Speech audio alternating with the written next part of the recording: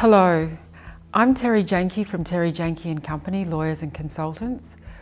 We are working with Indigenous Business Australia and 33 Creative to bring you information about how First Nations businesses can respond to the coronavirus pandemic. Many of us will have to make quick decisions in our businesses for the health of our team and for the health of our businesses. Firstly, as an employer, you have obligations to care for your staff during this time. A person conducting a business must ensure, so far as reasonably practicable, the health and safety of their employees. There is a lot to think about, and keeping up to date with government information is very important. Business owners must act quickly, if they've not already done so, to introduce measures to deal with immediate risk.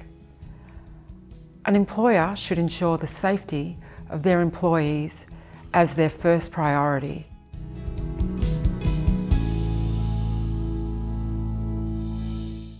Implementing workplace hygiene and providing information around hygiene is of the utmost importance. Employers should ensure that the workplace is hygienic. This can be done by informing staff of the health advice from the government to wash our hands regularly, avoid touching our faces as much as possible, coughing and sneezing into our elbows, not shaking hands, and maintaining the recommended distance from each other. There is more information and resources for businesses at health.gov.au. Employees also have an obligation to take reasonable care of themselves and mitigate the risk to others. This includes staying at home from work if they are feeling unwell or showing symptoms. People should be given information to identify symptoms, and if they are sick, they should be directed to stay at home.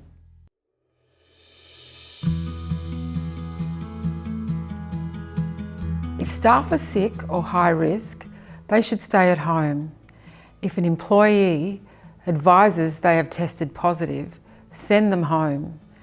Then, you must consider how you manage other people's safety, for instance, by sending all employees home and closing the workplace to undergo bio-cleaning of the premises. In this situation, an employee may draw on their personal leave for the required self-isolation period, which is a minimum of 14 days. Employers should also make efforts to find out which people, such as clients or people at events, who have been exposed to the infected person and notify them of their potential exposure to the coronavirus. These people should also be directed to stay at home and self-isolate for 14 days. Employees who are self-isolated should work from home as soon as possible if practical. The employee must give the employer reasonable evidence of the illness or the unexpected emergency when self-isolating. You should look into your employee's entitlements such as sick leave, carer's leave or compassionate leave. If an employee needs to self-isolate and has exhausted any personal leave entitlements, they may need to take leave without pay. Entitlements will depend on whether the person is casual, part-time, full-time, or on a contract. Independent contractors are not employees and don't have paid entitlements. However, you will still have a duty of care to them while they are providing services to you. Now is the time to look at your employment agreements, awards, and enterprise agreements to identify what leave is available to your staff. It is best to keep the lines of communications open and be flexible. People will be experiencing high levels of stress and anxiety during this coronavirus crisis, and while it is good to know your legal rights, you should be caring and flexible with staff as much as possible. To find out more about leave entitlements, we recommend you visit the Fair Work Commission's website, www.coronavirus.fairwork.gov.au, or seek legal advice. Many employers assume that they can stand employees down That is, send them home and not pay them if they have no work for them to do. This is not a safe assumption. The right to stand down employees, whether under an award, enterprise agreement or the Fair Work Act, is very limited. The only safe thing to do is to get advice about your individual circumstances.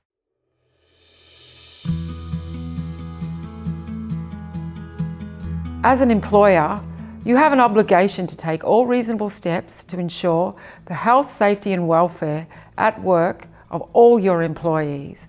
This is a common law duty which, if not met, will give rise to liability in damages, and it is a statutory duty, breach of which can lead to serious penalties which can be imposed on individuals. You will have to consider whether your workspace itself has challenges for keeping people safe from potential illness. This means making sure people will not be sitting too close to each other, stopping face-to-face meetings or not putting them in situations where they might have high exposure to infection. If you cannot keep your employees safe, then you are exposing them to injury, and this may have legal consequences if you continue to require them to work in an unsafe workspace.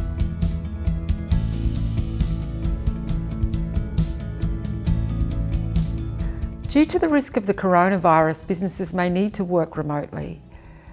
In light of this, businesses have created working from home policies. These policies set out guidelines and procedures that should be followed when considering working from home arrangements.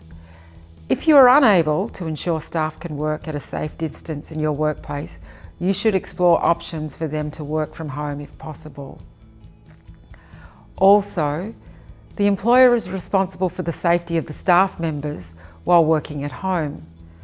The workspace should be fit for working, and a check should be done with each employee about whether the workspace meets standards. As an employer, you are responsible for ensuring that these standards are met in the case of every employee. These standards include having a designated work area where the employee can work without injury, adequate lighting, safety from hazards such as overloaded power cords, and a clear path to the exit in case of an emergency.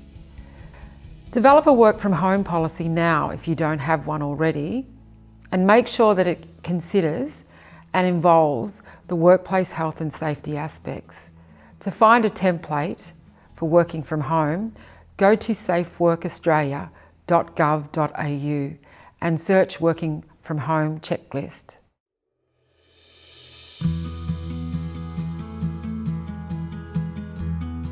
If working from home is not possible for your business, you must ensure you have met your duty of care by introducing practices that look after your staff. Ask the question, what is the real risk of continuing? A construction company, for instance, might still continue, but should set up practices of making sure people are healthy, like self-reporting each day and taking temperature checks, putting up plastic zip walls, and maintaining recommended distances while working. The Master Building Association of Victoria has some good best practice approaches. If your business is among those government has shut down, you will have to close business or else face the fines that might be imposed. For more information on this, go to australia.gov.au.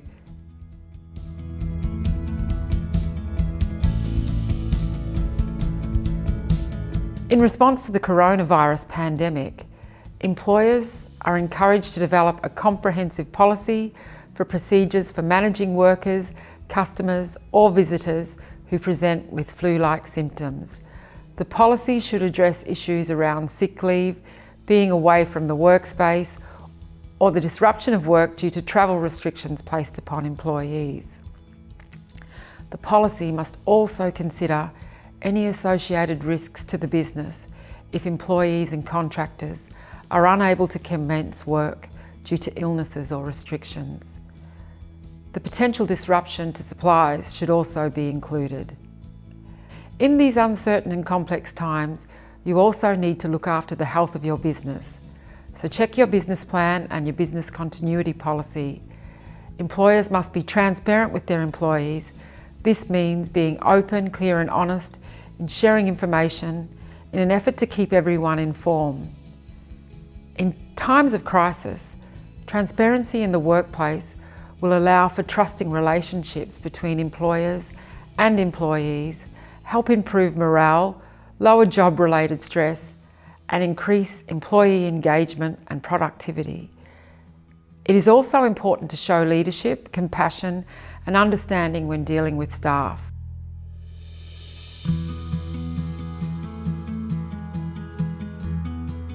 To watch more of these videos, find out more and keep up to date on the latest information, go to iba.gov.au. We hope you find this information useful, and remember, we're all in this together. There will be an end to this. Keep going strong.